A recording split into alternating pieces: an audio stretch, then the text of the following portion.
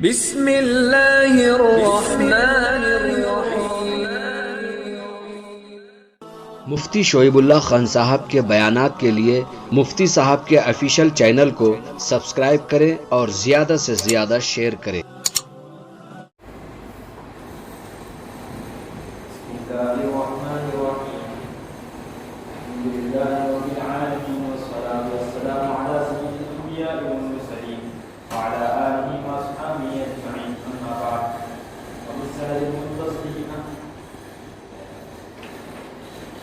وبالسند المتصل إمامهما حافظ الحجة أمير المؤمنين في حديث أبي عيسى محمد بن عيسى صولة الترمذي رحمه الله أنه قال: أبواب الطهارة عند رسول الله صلى الله عليه وسلم باب ما جاء یہاں سے پڑھنا چاہیے۔ قال الشیخ المکرم المفخم المشترک بین الآفاق المرحوم المغفور مولانا محمد اسحاق حصل للإجازة والقراءة والسماع من شيخ الأجل والحبر الأبجل الذي فاق بين الأقران بالتمييز عن الشيخ عبد العزيز، وحصل له الإجازة والقراءة والسماعة عن والده الشيخ ولي الله ابن الشيخ عبد الرحيم الدهلوي رحمه الله تعالى. قال الشيخ ولي الله: أخبرنا به الشيخ أبو الطاهر المدني عن أبيه الشيخ إبراهيم الكردي عن الشيخ المزاهي عن الشهاب أحمد السلبي عن الشيخ النجم الغيزي عن الزين زكريا عن عبد الرحيم عن الشيخ عمر المراغي عن الفخر بن البخاري عن عمر بن طبرزة البغدادي رحمه الله تعالى قال: بسم الله الرحمن الرحيم. أخبرنا الشيخ أبو الفتح عبد الملك بن أبي القاسم عبد الله بن أبي سهل الهرمي الكروخي في العشر الأول من ذي الحجة سنة 47 و500 بمكة شرفه الله تعالى.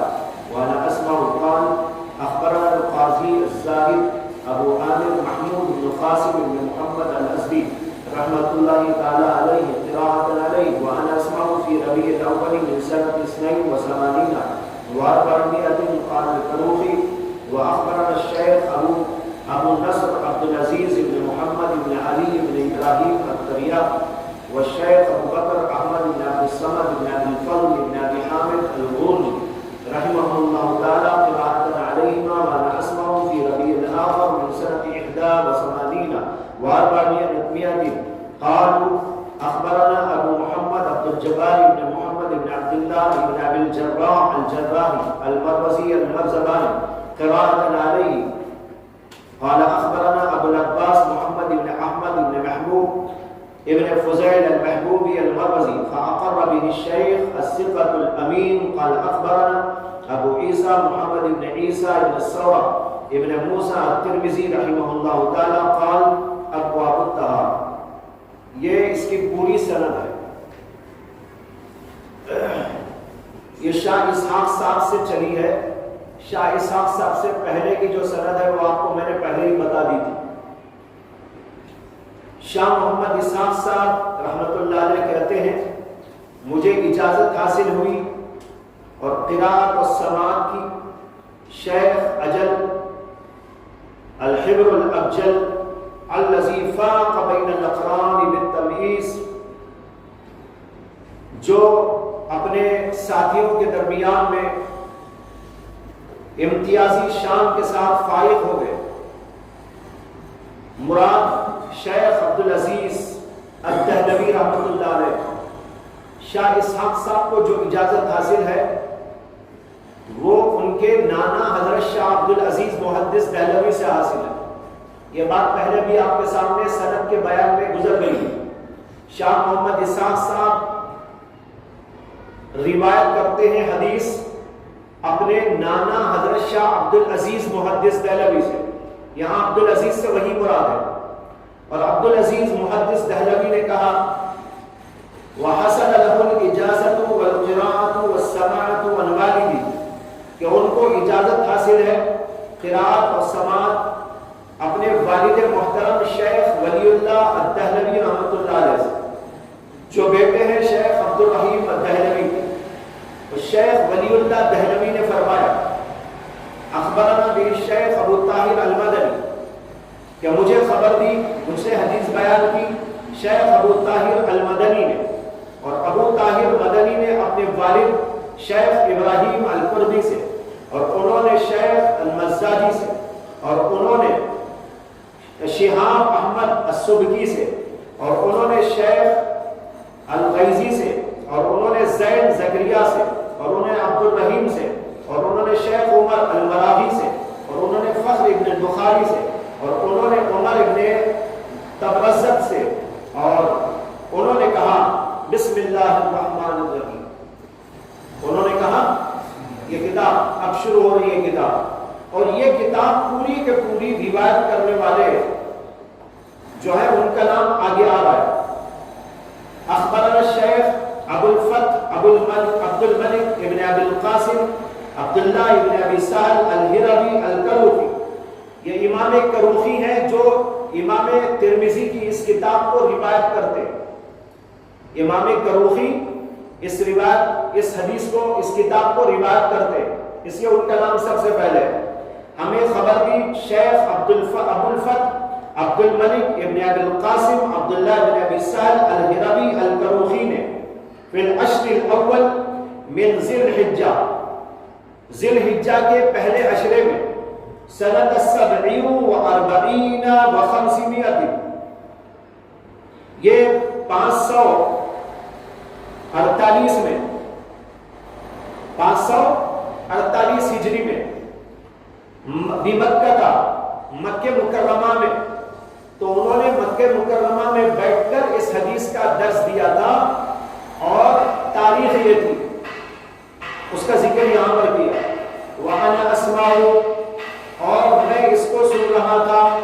یہ بولنے والے ہیں عمر ابن تبرزت البغدادی، کہ ہم کو خبر دی شیخ ابو الفتح الکروخی نے مکہ مکرمہ میں، وَأَنَا أَسْمَعُ، اور میں اس کو سن رہا تھا، یعنی وہ پڑھ رہے تھے اس کتاب کو اور میں ان سے سن رہا تھا۔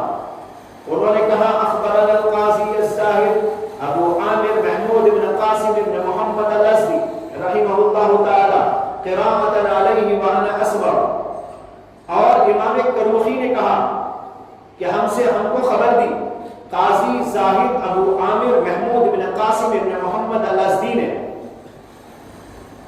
اس حالت میں کہ ان کے اوپر پڑھا جا رہا تھا، وَأَنَا أَسْمَعُ، کروخی کہتے ہیں میں سن رہا تھا،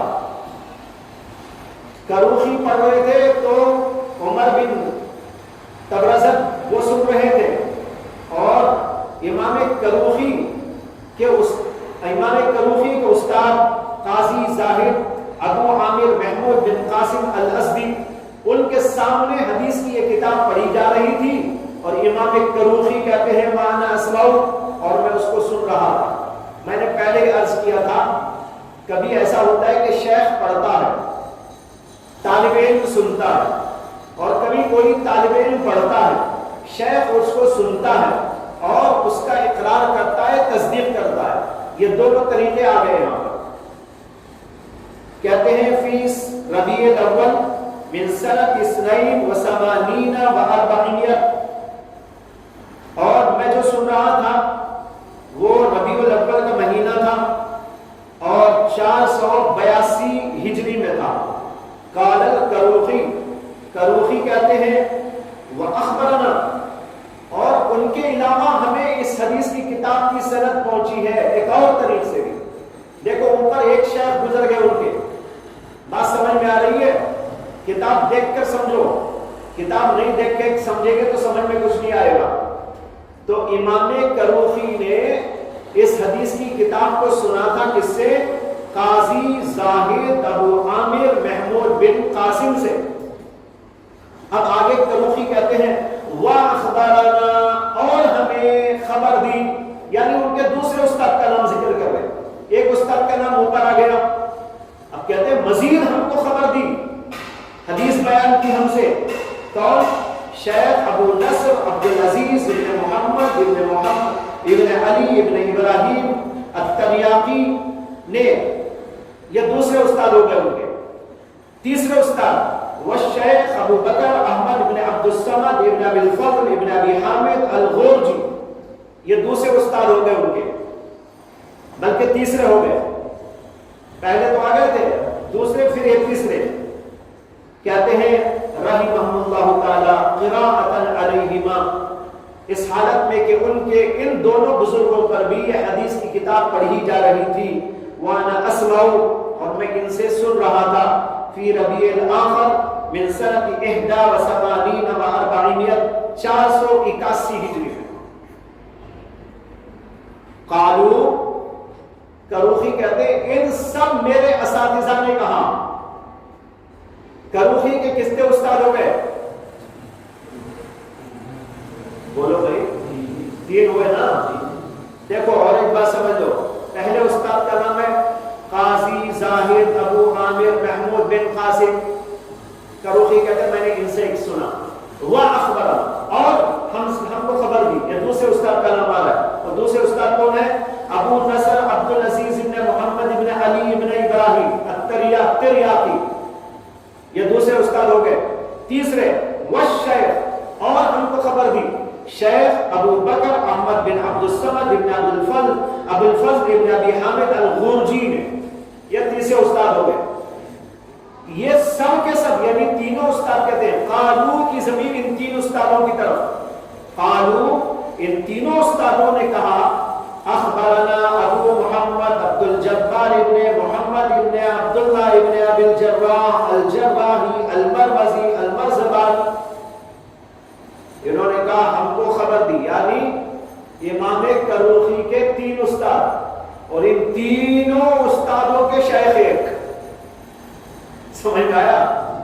امام کروخی نے تین استادوں سے پڑھا، اور ان تینوں استادوں کے جو استاد تھے وہ ایک ہی تھے، ان تینوں نے ایک ہی استاد سے پڑھا تھا، ان کا نام ہے، ان تینوں نے کہا ہمیں خبر دی ابو محمد عبد الجبار ابن محمد بن عبداللہ ابن ابی الجراح الجراحی المروزی المرزبانی نے، قراءۃ علیہ، ان کے اوپر بھی قرأت کی جا رہی تھی، یعنی وہ بیٹھ کے سن رہے تھے اور ان کے سامنے طالب علم پڑھ رہا تھا۔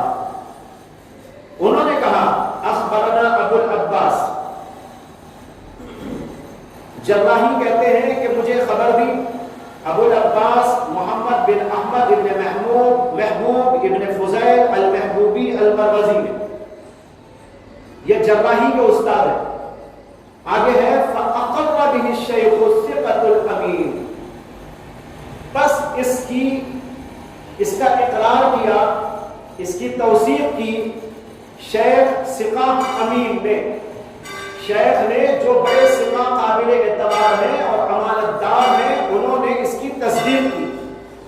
اب یہاں پر شراح کے درمیان میں بحث ہے کہ اس جملے کا کہنے والا کون ہے اور الشیخ الثقۃ الامین سے مراد کون ہے، دو بحثیں ہیں اس میں۔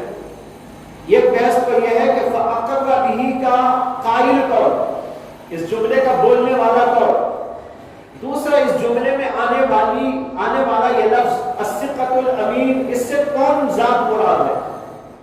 اس میں بڑے عجیب پیچیدہ اقوال ہیں، لیکن صاف سیدھی بات جو واضح طور پر سمجھ میں آتی ہے وہ یہ ہے کہ فَأَقَرَّ بِهِ الشَّيْخ الثقۃ الامین کہنے والے اس جملے کے قائل وہ ہے امام جراحی، جن کا ذکر اوپر آیا، جن کا نام ہے ابو محمد عبد الجبار ابن محمد بن عبداللہ ابن ابی الجراح الجراحی المروزی، یہ ہیں اس جملے کے کہنے والے۔ وہ بول رہے ہیں کہ جب میرے استاد محمد ابن محمد المحبوبی المروزی کے سامنے اس کتاب کو پڑھا جا رہا تھا تو شیخ ثقہ امین نے اس کی تصدیق کی۔ تو اب یہاں شیخ سے کون مراد ہے؟ محبوبی، جن کا بھی ذکر اس سے پہلے ہے، محبوبی۔ تو جراحی کہتے ہیں کہ شیخ کے سامنے، میرے استاد کے سامنے یہ حدیث کی کتاب پڑھی جا رہی تھی تو انہوں نے اس کی تصدیق کی، انہوں نے کہا ہاں صحیح ہے پڑھو، اور اس بات کی تصدیق کی کہ یہ واقعی امام ابو عیسیٰ ترمذی رحمۃ اللہ علیہ سے نقل ہوتی چلی آ رہی ہے، تو اس کتاب کی انہوں نے تصدیق، ویسے ضرورت تو تصدیق کی ہے نہیں، ویسے ہی انہوں نے کہا ہاں ٹھیک ہے چلو یہ کہا انہوں نے، اس کو وہ بیان کر رہے فقط ولی الثقۃ الامین، تو انہوں نے تصدیق کی کیا؟ اخبرنا ابو عیسیٰ محمد ابن عیسیٰ ابن الثورہ ابن موسیٰ الترمذی الحافظ رحمہ اللہ تعالی، کہ ہم کو خبر دی ابو عیسیٰ ترمذی رحمۃ اللہ علیہ نے، اب امام ترمذی کی کتاب شروع ہو رہی ہے کہ انہوں نے جو اپنے شاگرد کو سنایا، امام ترمذی کے ڈائریکٹ شاگرد کون ہے یہاں پر؟ محبوبی، امام ترمذی سے اس کتاب کو ڈائریکٹ سننے والے کون ہیں؟ محبوبی، محبوبی سے سننے والے کون ہیں؟ جراحی، اور جراحی نے یہ کتاب سنائی تھی 3 اپنے شاگردوں کو، ابھی اور بھی ہوں گے، اور وہ تینوں شاگرد جو تھے وہ استاد تھے امام کروخی کے، سمجھ میں آیا؟ اس طرح اوپر تک سند آپ کے سمجھ میں آ گئی، تو اس طرح یہ کتاب انہوں نے سنی، اور امام ترمذی سے ڈائریکٹ اس کو روایت کرنے والے کون ہیں؟ محمد ابن محمد المحبوبی رحمہ اللہ، انہوں نے اس کتاب کو ڈائریکٹ امام ترمذی سے سن کر روایت کیا اور اس کی تصدیق کی کہ ہاں یہ ان کی کتاب ہے جو آپ کے سامنے پڑھی جا رہی ہے۔ اب کتاب شروع ہو رہی ہے سند کے بعد، یہی طریقہ تھا پہلے زمانے میں کہ جو کتاب بھی ہوتی تھی اس کی پوری سند بیان کی جاتی تھی، اور سند کے بعد کتاب شروع ہوتی تھی، اور اسی لیے بعض وقت میں نسخوں کے اندر فرق بھی ہو جاتا تھا۔ ایک شاگرد کے سامنے یہ حدیث کی کتاب یوں آئی، اب کبھی ایسا بھی ہوتا تھا کہ لکھنے والے کوئی حدیث ان سے چھوٹ جاتی ہے، کوئی حدیث اس میں زیادہ ہوتی یا آگے پیچھے ہوتا، کوئی باب ادھر کوئی باب ادھر، ایسا ہو جاتا ہے، اس کو کہتے ہیں نسخے، الگ الگ ان کے شاگرد لکھتے تھے تو وہ کتابیں الگ الگ نسخے مانے جاتے تھے، اور اسی لیے بعض جگہ پر بتایا جاتا ہے کہ ایک نسخے میں ایسا آیا ہے، ایک نسخے میں ایسا آیا ہے، یعنی ان کے ایک شاگرد نے اس کو اس طرح روایت کیا ہے، ایک شاگرد نے اس طرح روایت کیا ہے، یہ حدیث فلاں نسخے میں موجود ہے، فلاں نسخے میں موجود نہیں ہے، یہ ایک حدیث اس لفظ کے ساتھ اس نسخے میں آئی ہے، دوسرے نسخے میں دوسرے لفظ کے ساتھ آئی ہے، یہ ایک باب اس نسخے میں موجود ہے، دوسرے نسخے میں وہ باب موجود نہیں ہے، یا آگے ہو گیا ہے، پیچھے ہو گیا ہے، وغیرہ وغیرہ، یہ ان کے شاگرد جو نقل کرتے ہیں نا ان کے اعتبار سے نسخے بن جاتے تھے۔ یہ ہو گئی سند۔ اب اس کے بعد کتاب الطہارہ سے امام ترمذی رحمۃ اللہ علیہ کتاب کا آغاز کرنے جا رہے ہیں۔ امام ترمذی نے بھی کتاب کے شروع میں بسم اللہ لکھی، اور انہوں نے بھی کوئی خطبہ نہیں لکھا، جیسے امام بخاری نے کوئی خطبہ نہیں لکھا اسی طرح امام ترمذی نے بھی نہیں لکھا، امام ابو داؤد نے بھی نہیں لکھا، اور امام ابن ماجہ نے بھی نہیں لکھا، امام نسائی نے بھی نہیں لکھا ہے۔ ان سب بزرگوں نے بغیر خطبے کی کتاب شروع کی ہے۔ اس کی ساری بحث تو آپ کو بخاری میں ہم نے بتا دی تھی، کیوں خطبہ نہیں لکھا امام بخاری نے، اس کے بارے میں مختلف باتیں آپ کے سامنے آ گئی۔ یہی طریقہ ہے کہ خطبہ لکھنے کا عام طور پر معمول نہیں تھا، بہت سے مصنفین کے اندر تو ہے، لیکن بہت سے مصنفین وہ بھی ہیں جو بغیر خطبے کے صرف بسم اللہ لکھ کر آگے بڑھ جاتے تھے۔ اب یہاں بھی وہی بحث ہوگی، الحمدللہ کیوں نہیں لکھی، صلاۃ و سلام کیوں نہیں لکھا، بریلوی حضرات ہیں تو پہلے ہی کفر کا فتویٰ لگا دیں، ہے نا بھائی، درود و سلام نہیں پڑھتے، جیسے کہتے ہیں دیوبندی درود و سلام نہیں پڑھتے، پتہ نہیں کہاں سے نکال رکھا ہے انہوں نے۔ جواب ہم نے دے دیا تھا کہ درود و سلام ہو یا حمد کا جملہ ہو، لکھنا ضروری نہیں ہے، پڑھ لینا کافی ہے۔ جب کتاب لکھنی شروع کی تو امام ترمذی نے الحمدللہ پڑھ لی ہوگی، درود و سلام پڑھ لیا ہوگا، یہ کیا ضروری ہے کہ لکھا بھی جائے؟ لکھنے کا ذکر حدیثوں میں نہیں آیا، حدیثوں میں اتنا آیا کل امر ذی بال لم یبدا فیہ بحمد اللہ فہو اخطا، بعض روایتوں میں کل امر ذی بال لم یبدا فیہ بذکر اللہ فہو اخطا، بعضوں میں ہے کل امر ذی بال لم یبدا فیہ بالحمدللہ اور بعد میں بذکر اللہ اور بعد میں بالحمدللہ والصلاۃ علی النبی فہو اخطا، یہ روایت ہے. لیکن میں کہہ چکا ہوں یہ 3-4 الگ الگ حدیثیں نہیں ہیں، یہ بڑی غلط فہمی ہے. میں نے بخاری کے سبق میں بتا دیا تھا اور یہ بھی بتایا تھا کہ شارح تہذیب نے، شرح تہذیب والوں نے یہاں پر ایک بڑی عجیب بات کہی ہے. انہوں نے کہا ایک حدیث کے اندر مراد ہے ابتداء حقیقی اور ایک حدیث میں مراد ہے ابتداء اضافی اور ایک حدیث کے اندر مراد ہے ابتداء عرفی. یہ آپ نے شرح تہذیب کے شروع میں بالکل ابتدا میں یہ سب آئی ہے، بحث وہاں پڑھ لی ہوگی، لیکن یہ اصل میں جواب نہیں ہے، خامخواہ کی بات ہے اور حدیث کا علم نہ ہونے کی وجہ سے انہوں نے منطق چلائی وہاں بھی، اس لیے کہ وہ تو کتاب منطقی کی ہے، تو یہاں بھی آ کے انہوں نے منطقی لب و لہجہ اختیار کر لیا. لیکن جو آدمی محدث ہوگا، حدیث کے علم سے مناسبت رکھنے والا ہوگا، وہ جانتا ہے یہ 3-4 الگ الگ حدیثیں نہیں ہیں، یہ ایک حدیث ہے جو مختلف الفاظ سے روایت کی گئی. یہ نقطہ سمجھ لو اچھی طرح، اس لیے کہ آپ حدیث کا فن پڑھنے جا رہے ہیں تو حدیث کا فن آپ کو بھی معلوم ہونا چاہیے. کبھی ایسا ہوتا ہے کہ اللہ کے نبی علیہ السلام مختلف مواقع پر مختلف حدیثیں بیان کرتے ہیں اور اس کو کوئی کبھی ابو ہریرہ روایت کر رہے ہیں، کبھی اور کوئی صحابی روایت کر رہے ہیں، کوئی اور صحابی روایت کر رہے ہیں، موقع کوئی ہے، یہ الگ موقع پر وہ الگ موقع پر الگ الگ الفاظ کے ساتھ اللہ کے نبی علیہ السلام نے اپنی بات ارشاد فرمائی. یہ تو ہے کئی حدیثیں، لیکن ایسا بھی ہوتا ہے کہ اللہ کے نبی نے حدیث ایک ہی دفعہ زندگی میں بیان کی، اس کے ایک ہی راوی ہے، اللہ کے نبی نے ایک ہی بار بیان کیا، لیکن آگے چل کر جو راوی ہوتے ہیں روایت کرنے والے لوگ، وہ لوگ الگ الگ انداز سے اسے پیش کرتے ہیں. روایت بالمعنی کیا کر دیتے ہیں؟ معنی روایت کر دیتے ہیں، الفاظ نہیں. بعض لوگ الفاظ بھی روایت کرتے ہیں، بعض لوگ معنی کا صرف اظہار کر دیتے ہیں. اللہ کے نبی نے یوں فرمایا، یعنی معنی بیان کر دیتے ہیں.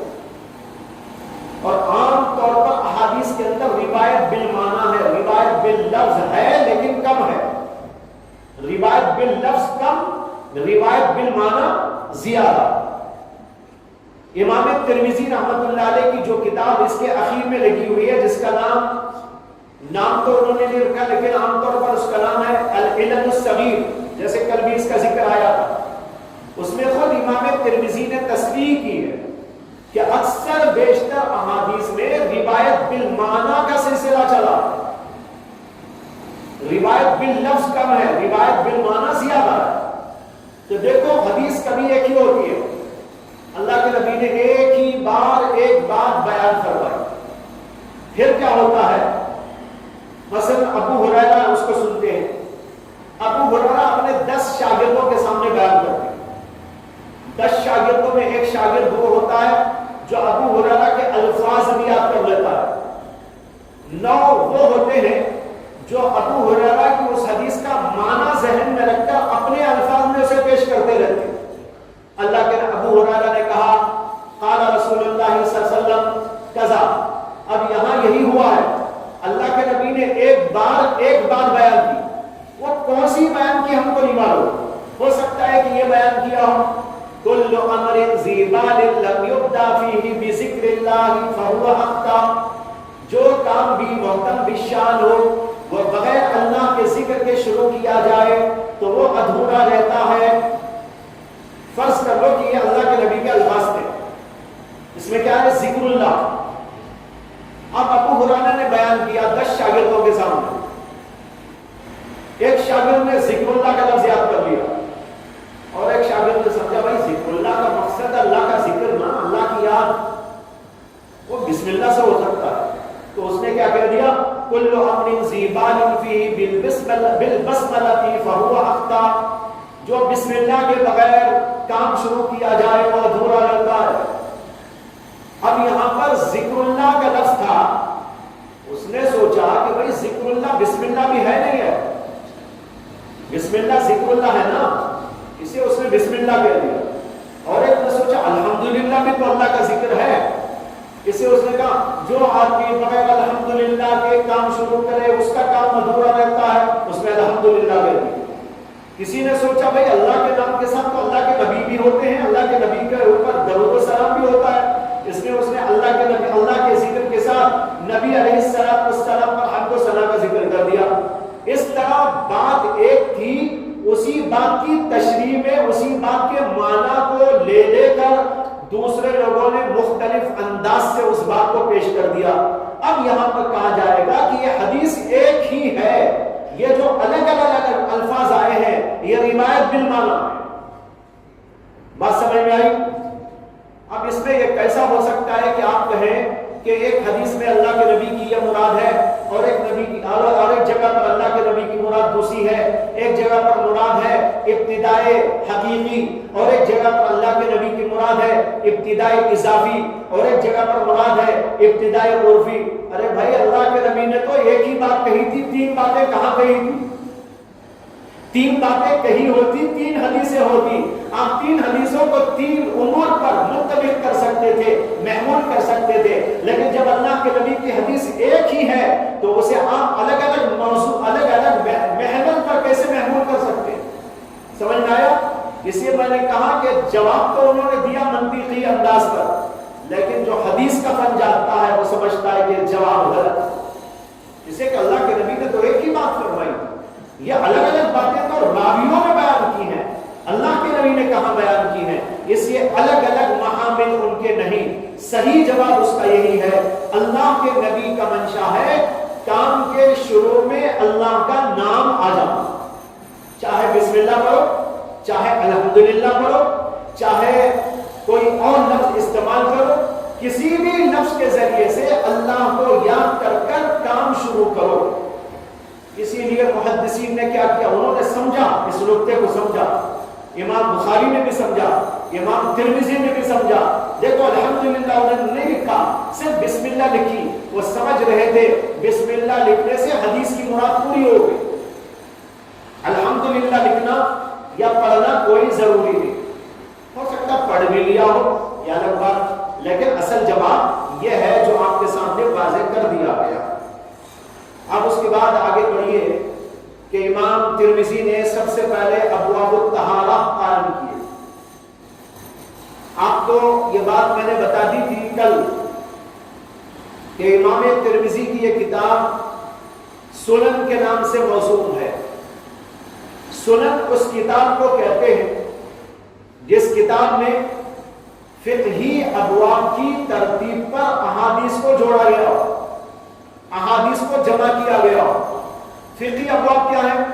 کتاب الطہارہ نمبر 1، اس کے بعد کتاب الصلاۃ، پھر اس کے بعد کتاب الزکاۃ، پھر اس کے بعد کتاب الصوم، پھر اس کے بعد کتاب الحج، اور پھر اس کے بعد جنائز، اور پھر اس کے بعد مختلف جو ہے چیزیں آتی رہتی ہیں. یہ ترتیب جو ہوتی ہے اس کا نام ہے فقہی ترتیب. فقہی ترتیب کے مطابق ابواب قائم کر کے احادیث کو ان کے اندر جوڑا جائے تو ایسی حدیث کی کتاب کا نام السنن. امام ترمذی کی یہ کتاب سنن ہے، ابو داؤد کی کتاب بھی سنن ہے، اور ابن ماجہ کی کتاب بھی سنن ہے، نسائی بھی سنن ہے. سمجھ میں آیا؟ اسی لیے ان کو کہتے ہیں سنن اربعہ، 4 سنن، 4 حدیث کی وہ کتابیں جس کے اندر ترتیب رکھی گئی ہے فقہی ابواب کے مطابق. لیکن اس کی ایک خصوصیت یہ ہے کہ اس میں کچھ ابواب زیادہ ہیں جو فقہی ابواب سے ہٹ کر ہیں، اس لیے اس کتاب کا نام جامع بھی ہو گیا. یہ جامع بھی کہلاتی ہے، سنن بھی کہلاتی ہے. اصل اعتبار سے یہ سنن ہے، لیکن کچھ ابواب جیسے کتاب التفسیر، کتاب المناقب اور اخروی احوال سے متعلق کچھ باتیں، جنت، جہنم اور وہاں کے احوال وغیرہ امام بخاری نے اس کے اندر جمع کر دیے، اس لیے اس کتاب کو جامع بھی کہا جاتا ہے. چونکہ اصلاً یہ کتاب فقہی ابواب پر ہے، اسے امام ترمذی نے سب سے پہلے ابواب الطہارہ قائم کیا۔ طہارت کے ابواب کو مقدم اس لیے کیا جاتا ہے کتابوں میں کہ تمام عبادات، سب سے بڑھ کر اہمیت عبادات کو ہے اعمال میں۔ جتنے بھی اعمال انسان کرتا ہے ان تمام اعمال میں عبادات کا درجہ سب سے بڑا ہوا ہے۔ اس کے بعد وہ اعمال ہیں جو عبادت کی قبیل سے نہیں، دوسرے اعمال ہیں کھانا پینا، اٹھنا بیٹھنا، سونا پھرنا، شادی بیاہ، بیپار تجارت، معاملات، معاشرت وغیرہ وغیرہ۔ لیکن سب سے زیادہ محترم بالشان اعمال کون سے ہیں؟ جو عبادت کہلاتے ہیں، اور عبادات میں 5 عبادات، 4 عبادات بڑی اہم کہلاتی ہیں: نماز، روزہ، حج و زکات۔ نماز، روزہ، حج و زکات میں بھی سب سے افضل نماز ہے،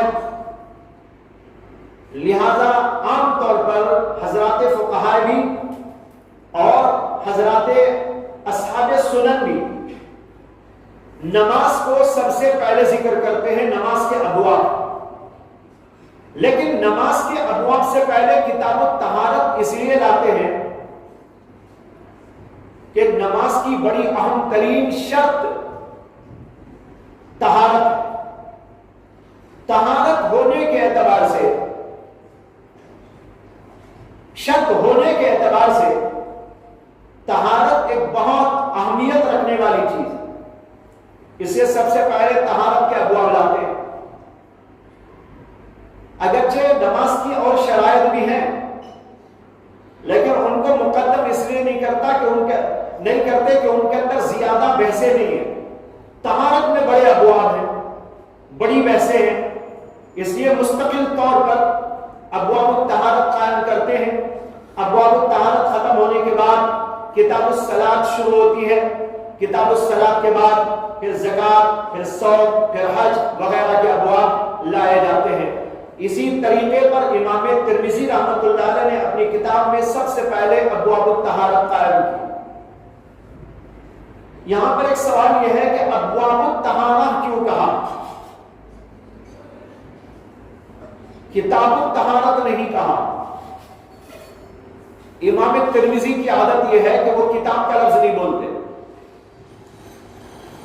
امام بخاری کی عادت یہ ہے کہ وہ کتاب کا لفظ لاتے۔ کتاب وہ ہوتی ہے جس کے تحت میں بہت سے ابواب ہوتے ہیں۔ امام ترمذی لفظ کتاب ہٹا کر لفظ ابواب ہی رکھ دیتے ہیں۔ تو ابواب جب کہہ دیا تو کتاب کہنے کی ضرورت نہیں رہی، اس لیے کہ ابواب ہی دراصل کتاب ہے۔ تو کوئی تو کتاب کہہ کر باب باب باب ایسا لاتا ہے، ایک ایک باب۔ امام ترمذی نے کیا کیا؟ ابواب الطہارت نام رکھ دیا، لفظ کتاب اڑا دیا۔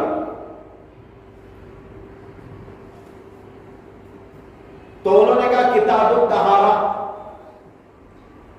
عن رسول اللہ صلی اللہ علیہ وسلم، یعنی یہ ابواب طہارت وہ ہیں جو رسول اکرم صلی اللہ علیہ وسلم کی طرف سے نقل ہو کر، مروی ہو کر آئے ہیں۔ اس سے بتانا چاہتے ہیں کہ ہماری اس کتاب کے اندر اللہ کے رسول کی احادیث بیان کرنا مقصود ہے۔ ابواب الطہارت میں فقہی ابواب تو ہوتے ہیں لیکن احادیث جمع کی جاتی ہے، صرف مسئلہ بیان نہیں کیا جاتا۔ مسئلہ بیان تو ضمناً کیا جاتا ہے لیکن اصل مقصود حدیث پاک کا بیان کرنا ہوتا ہے۔ لہذا اس لیے امام ترمذی نے کہا ان رسول اللہ صلی اللہ علیہ وسلم، اللہ کے رسول صلی اللہ علیہ وسلم سے جو احادیث اس سلسلے میں مروی ہے وہ ابواب الطہارت یہاں پر لائے جائیں گے۔ طہارت کا معنی مختلف جگہ آپ نے پہلے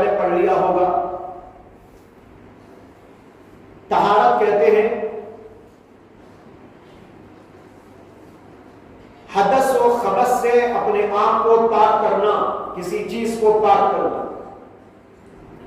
ازالت الحدث والخبث، حدث اور خبث کا ازالہ.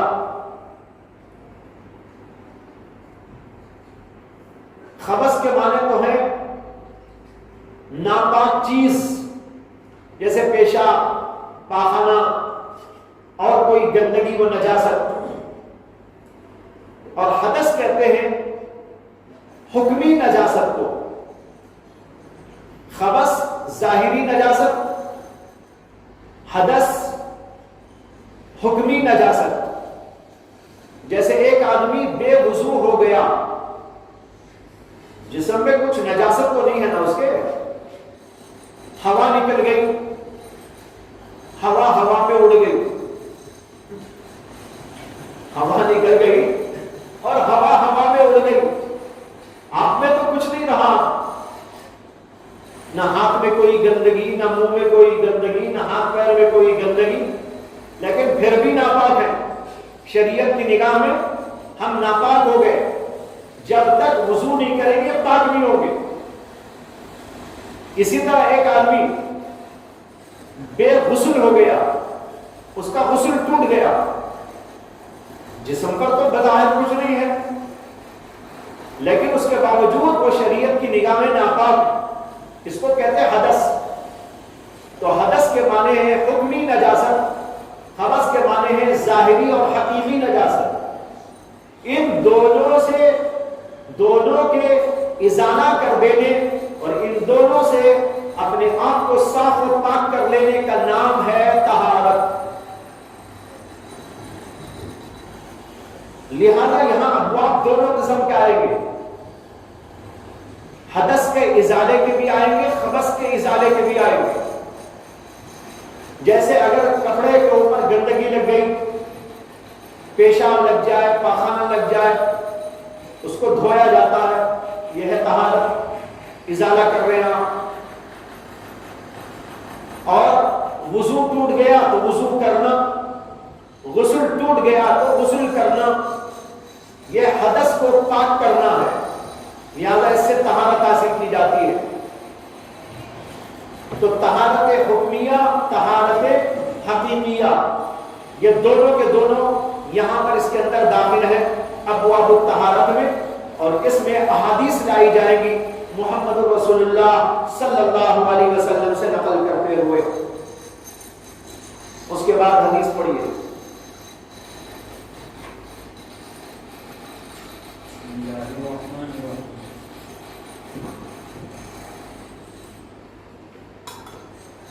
باب ما جاء على فضل الصلاة بغير وضوء.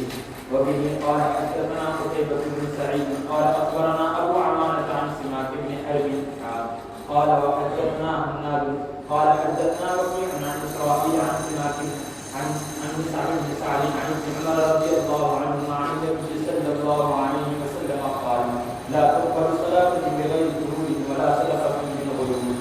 قال هناد في حديثه إلا بطهور. قال أبو عيسى هذا الحديث أصح شيء في هذا الباب وأحسنه. وفي الباب عن عبد المليك عن أبيه وأبي هريرة وأنس رضي الله عنه. وأبو المليك بن أسامة اسمه عامر ويقال زيد بن أسامة بن عمير الهذلي. یہ سب سے پہلا باب ہے جو پڑھا گیا، لیکن آپ لوگ بالکل تیار ہو کے آئے عبارت خوانی کے لیے، احادیث کو پڑھنے کے لیے، بخاری میں بھی اور اس میں بھی. اس کی مشق بھی کرنا چاہیے. روزانہ بیٹھ کر کچھ دیر عبارت خوانی کرو، الفاظ کو غور سے دیکھو اور ان کو صحیح پڑھنے کی کوشش کرو.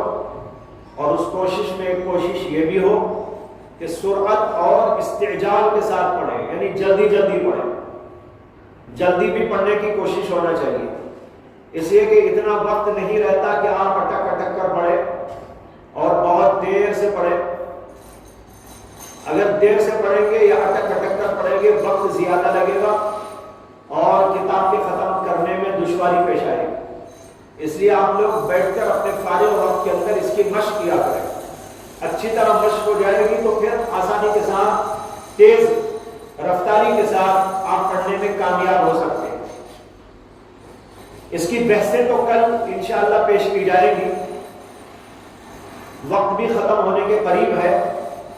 صرف میں اس کا ترجمہ اور مطلب آج آپ کو سنا دیتا ہوں، اس سے آپ کو یہ اندازہ بھی ہوگا کہ امام ترمذی باب لاتے ہیں تو کیا انداز ہوتا ہے ان کے باب لانے کا۔ کہتے ہیں پہلا باب، باب ما جاء لا تقبل صلاۃ بغیر طہور، یہ باب ہے اس چیز کا جو آیا ہے، یہ امام ترمذی کا خاص انداز ہے۔ باب ما جاء، باب اس چیز کا جو آیا ہے، یعنی حدیث میں آیا ہے۔ کیا آیا ہے؟ لا تقبل صلاۃ بغیر طہور، بغیر طہارت کے نماز قبول نہیں کی جاتی، اس کا باب۔ حدیث میں جو آیا ہے لا تقبل صلاۃ بغیر طہور، اس کا باب۔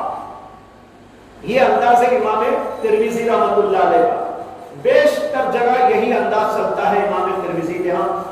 عام طور پر امام ترمذی حدیث ہی کے الفاظ کو عنوان بنا دیتے ہیں، حدیث کا جو لفظ آئے گا نا اسی کو عنوان بنا دیں گے۔ یہ بھی حدیث کے لفظ ہیں، لا تقبل صلاۃ بغیر طہور، یہ حدیث پاک جو آگے لکھی ہے اس کے اندر حدیث کے یہی الفاظ ہیں۔ انہی حدیث کے الفاظ کو لے کر امام ترمذی نے باب و ترجمہ قائم کر دیا اور کہا باب ما جاء، باب اس چیز کا جو آیا ہے، یعنی حدیث میں آیا ہے لا تقبل صلاۃ بغیر طہور، بغیر طہارت کے نماز قبول نہیں کی جاتی۔ اس کے بعد وبه قال حدثنا، اوپر والی سند ہی سے وبه قال مانے اسی سند کے ساتھ انہوں نے کہا، یعنی امام ترمذی نے کہا، کیا کہا؟ حدثنا قتيبة بن سعيد قال اخبرنا ابو عوانة عن سماك بن حرب۔ ہاں دیکھو یہاں ایسا کرنا ہے، ہاں، بعض لوگوں نے کہا ہاں، بعض پڑھتے ہاں، بعض پڑھتے ہاں، اور بعض کہتے ہیں الحدیث، بعض کہتے ہیں تحویل۔ یہ سب باتیں آئیں گی آپ کے سامنے، کل بتائیں گے، اب صرف اتنا ذہن میں رکھ لیجیے۔ ہاں قال حدثنا حناد قال اخبرنا وكيع عن اسرائيل بن سماك عن مصعب بن سعد عن ابن عمر رضي الله عنه عن النبي صلى الله عليه وسلم قال لا تقبل الصلاة بغير طهور ولا صدقة من غلول۔ قال حناد في حديثه الا بطهور۔ امام ترمذی کہتے ہیں ہم سے حدیث بیان کی قتیبہ بن سعید نے، انہوں نے کہا اخبرنا، الف اور نون الف لکھا ہو تو اس کو پڑھیں گے کیا؟ اخبرنا۔ صرف نون الف لکھا ہو تو اس کو پڑھیں گے حدثنا۔ یہ دو لفظ ہیں، ایک حدثنا ایک اخبرنا۔ اب یہ محدثین حضرات دن رات لکھتے رہتے تھے، وہ پورا کہاں لکھیں گے حدثنا اخبرنا، اس لیے انہوں نے ایک رمز بنا لیا تھا۔ رمز کیا؟ الف نون الف لکھ دیا تو انا کی طرح لکھے تو سمجھو اخبرنا ہے وہ، نون الف لکھے تو سمجھو حدثنا ہے وہ۔ تو حدثنا کا مخفف، اخبرنا کا مخفف۔ تو کہا قتیبہ بن سعید نے ہم سے بیان کیا، قال اخبرنا، انہوں نے کہا، یہ قالا بھی چھوڑ دیتے ہیں، پڑھنے میں اس کو پڑھنا چاہیے، جب آپ پڑھیں گے نا تو یوں پڑھیں گے وَبِهِ قَالَ حَدَّثَنَا قُتَيْبَةُ بْنُ سَعِيدٍ قَالَ أَخْبَرَنَا أَبُو عَوَانَةَ عَنْ سِمَاكِ بْنِ حَرْبٍ۔ تو قالا بھی لگا کے پڑھنا، جہاں حدثنا کا نون الف آئے وہاں بھی اس سے پہلے قالا پڑھنا، جب عادت پڑ جائے گی تو خود بخود پڑھتے رہیں گے آپ لوگ۔ تو انہوں نے کہا اخبرنا ابو عوانہ، ہم سے حدیث بیان کی ابو عوانہ نے، انہوں نے سماک ابن حرب سے بیان کیا، ان کے معنی ان سے، سماک ابن حرب کے حوالے سے ہم سے حدیث بیان کی۔ اس کے بعد لفظ آیا ہاں، اس کی تفصیل تو کل عرض کروں گا، وقت نہیں ہے۔ اس کا معنی ہوتا ہے ایک اور سند۔ دیکھو یہاں آ کر سماک ابن حرب پر رک گئے، امام ترمذی کہتے ہیں قال وحدثنا حناد، قال کی ضمیر ترمذی کی طرف، ترمذی نے کہا اور ہم سے حدیث بیان کی حناد نے. معلوم ہوا امام ترمذی کے دو استاد ہیں. ایک استاد تو ہے قتیبہ بن سعید, ان سے بھی یہ حدیث انہوں نے سنی, اور ان کے استاد کا نام ابو عوانہ. ابو عوانہ نے اپنے استاد سماک ابن حرب سے روایت کیا. امام ترمذی نے اس حدیث کو ایک اور استاد سے بھی سنا. وحدثنا حناد, ہم سے حناد نے بیان کیا, اور انہوں نے کہا کہ ہم سے بیان کیا وکیع نے. اب دیکھو سند بدل گئی, یہاں یہ دوسری سند ہے. حناد نے بیان کیا قال حدثنا وکیع, کہ ہم سے حدیث بیان کی وکیع نے, اور وکیع نے اسرائیل سے, اور اسرائیل نے انہی سماک ابن حرب سے, اوپر آیا تھا ان کا نام. یہ دونوں سندیں آگے یہاں مل گئی. سماک ابن حرب پر دونوں حدیثیں آگے مل گئی. اور سماک کے استاد ہیں مصعب ابن سعد. مصعب ابن سعد شاگرد ہیں حضرت عبداللہ ابن عمر رضی اللہ عنہ سے. وہ عبداللہ ابن عمر سے روایت کرتے ہیں, اور وہ نبی اکرم صلی اللہ علیہ وسلم کے شاگرد ہیں. وہ اللہ کے نبی سے روایت کرتے ہیں. قال, اللہ کے نبی نے فرمایا لا تقبل صلاۃ بغیر طہور, بغیر طہارت نماز قبول نہیں کی جاتی. ولا صدقۃ من غلول, اور جھوٹے غلط مال سے, حرام مال سے صدقہ قبول نہیں کیا جاتا. غلول کا ترجمہ میں نے کیا ہے حرام مال. اس کو کل بتائیں گے کیا ہے اس کی پوری تفصیل. دو استاد تھے نا امام ترمذی کے, ایک قتیبہ بن سعید تھے اور ایک حناد بن سری, دو استاد. لیکن دونوں استادوں کے حدیثوں میں تھوڑا فرق تھا, لفظی فرق. اس فرق کو آگے واضح کر رہے ہیں. اوپر جو حدیث گزری وہ حدیث کے الفاظ تو قتیبہ بن سعید کے تھے. قال حناد فی حدیثہ, حناد نے اپنی حدیث میں یوں بیان کیا الا بطہور. انہوں نے کہا تھا بغیر طہور, انہوں نے کہا الا بطہور. اب حدیث یوں ہو گئی حناد کی کہ حناد نے اپنے استادوں سے نقل کر کے اللہ کے نبی کا قول یوں ذکر کیا لا تقبل صلاۃ الا بطہور, نماز قبول نہیں کی جاتی مگر طہارت سے. معنی ایک ہی ہے, فرق نہیں معنی میں, دونوں کا مطلب ایک ہی ہے, لفظ کا فرق. اس سے یہ بھی سمجھ میں آ گیا اللہ کے نبی نے تو ایک ہی بات کہی ہوگی نا. اب دیکھو راوی معنی روایت کر رہا ہے, اب ان میں سے کوئی ایک لفظ اللہ کے نبی کا ہے, دوسرا لفظ روایت بالمعنی ہے, جیسے کہ تھوڑی دیر پہلے میں نے عرض کیا تھا. اب آگے امام ترمذی کہتے ہیں قال ابو عیسیٰ, ابو عیسیٰ کہتا ہے. ابو عیسیٰ کون؟ خود امام ترمذی, ان کی کنیت ابو عیسیٰ ہے. یہ بحث گزر گئی تھی کہ ابو عیسیٰ کنیت رکھنے سے اللہ کے نبی علیہ السلام نے منع کیا ہے, پھر بھی امام ترمذی نے کیوں رکھ لیا. میں نے کئی جوابات دیے تھے, اور صحیح جواب اس کا یہ تھا کہ وہ حدیث منسوخ ہے, اور صحیح ہے کہ اس کی اجازت بعد میں اللہ کے نبی نے دے دی, اس لیے امام ترمذی نے کنیت رکھی. قال ابو عیسیٰ, ابو عیسیٰ کہتا ہے ھذا الحدیث اصح شیء فی ھذا الباب واحسن, یہ حدیث اس باب کی تمام حدیثوں میں سب سے زیادہ اصح اور سب سے زیادہ بہترین حدیث ہے. آپ کو میں نے بتایا تھا امام ترمذی کی عادت ہے کہ ہر حدیث پر وہ بتاتے جاتے ہیں یہ حدیث صحیح ہے, یہ حدیث حسن ہے, یہ حدیث ضعیف ہے, یہ حدیث ایسی ہے, وغیرہ وغیرہ وغیرہ. یہ بھی بتاتے ہیں ھذا اصح حدیث فی ھذا الباب, یہ حدیث تمام اس باب کی حدیثوں میں سب سے زیادہ اصح اور سب سے زیادہ صحیح تر حدیث ہے. اس کا کیا مطلب ہوتا ہے کل آپ کو بتایا جائے گا. آگے کہتے ہیں وفی الباب, یہ بھی آپ کو بتا دیا تھا. امام ترمذی کی عادتوں میں سے ایک خاص عادت یہ ہے, ہر باب کے اخیر میں بتاتے ہیں کہ اس باب میں اور بھی حدیثیں ہیں. ایک حدیث لائے لیکن اور حدیثوں کی طرف اشارہ دیا اور کہا وفی البابی عن ابی الملیح عن ابی, اس باب میں ایک حدیث ابو الملیح سے آئی ہے جو وہ اپنے والد سے روایت کرتے ہیں, وہ ابی ہریرہ اور ابو ہریرہ سے بھی روایت. تو دو آدمیوں کا نام لے لیا کہ ان دو سے بھی روایتیں اس باب میں آئی ہوئی ہیں. اوپر جو حدیث تھی وہ ابن عمر کی حدیث ہے نا, کس سے ہے؟ ابن عمر کی. یہاں بتا رہے ہیں کہ اس باب میں حضرت ابو ہریرہ کی بھی حدیث ہے اور ابو الملیح کے والد سے بھی ایک حدیث آئی ہے، وہ انس، اور حضرت انس سے بھی ایک حدیث آئی ہے. اب آگے کہتے ہیں وہ ابو الملیح ابن اسامہ اسمہ عامر. ابو الملیح ان کے والد کا نام اسامہ ہے، وہ بیٹے ہیں اسامہ کے، اور ان کا ابو الملیح کا نام عامر ہے. ابو الملیح کا نام عامر ہے، ان کے والد کا نام اسامہ ہے. وَيُقَالُ زید بن اسامہ ابن عمیر الحزلی، اور یہ بھی کہا گیا ہے کہ ان کا نام ہے زید بن اسامہ. بعضوں نے کہا عامر بن اسامہ، بعضوں نے کہا زید بن اسامہ ان کا نام ہے، اور ان کے والد عمیر ہیں الحزلی.